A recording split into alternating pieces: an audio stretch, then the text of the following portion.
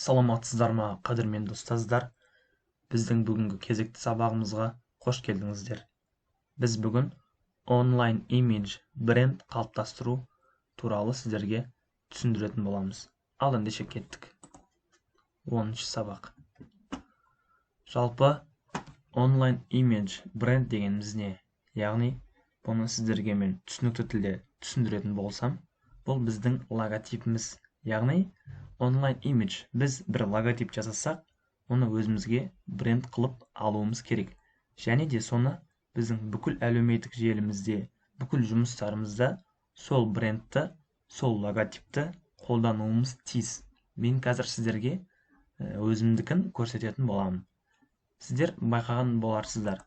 Менің, яғни Telegram каналымда онлайн ұстаз болу деп осындай логотипті жасап қойдым, яғни тез жасадым. Бұл логотипті мен Canva деген бағдарламада ұялы телефоннан жасаған болатынмын. Және де байқасаңыздар, менің YouTube каналымда да мен осы логотипті қойдым. Яғни, мен осыны жан-жаққа таратып, мен осы сөзді онлайн ұстаз болу, осы логотипті, яғни осыны мен бренд қылып жатырмын қазір. Жайлап. Қазір бренд болмаса да, мысалы, келешекте ол бренд болуы мүмкін. Мысалы, мен алдыңғы сабақтарда мен презентация жасаған болатынмын. Презентация жасау барысында мен оң жақ шетте жоғарыға мен өзімнің логотипімді қойып қойдым. Көрдіңіз ғой міне. Жалпы осы онлайн имидж қалыптастыру негізі болып табылады. Жалпы ешқандай қиын емес. Мысалы, сіздер Canva бағдарламасында логотип жасайсыздар, сосын сіздер өзіңіздің бүкіл жұмыстарыңызда осы логотипті пайдаланасыздар.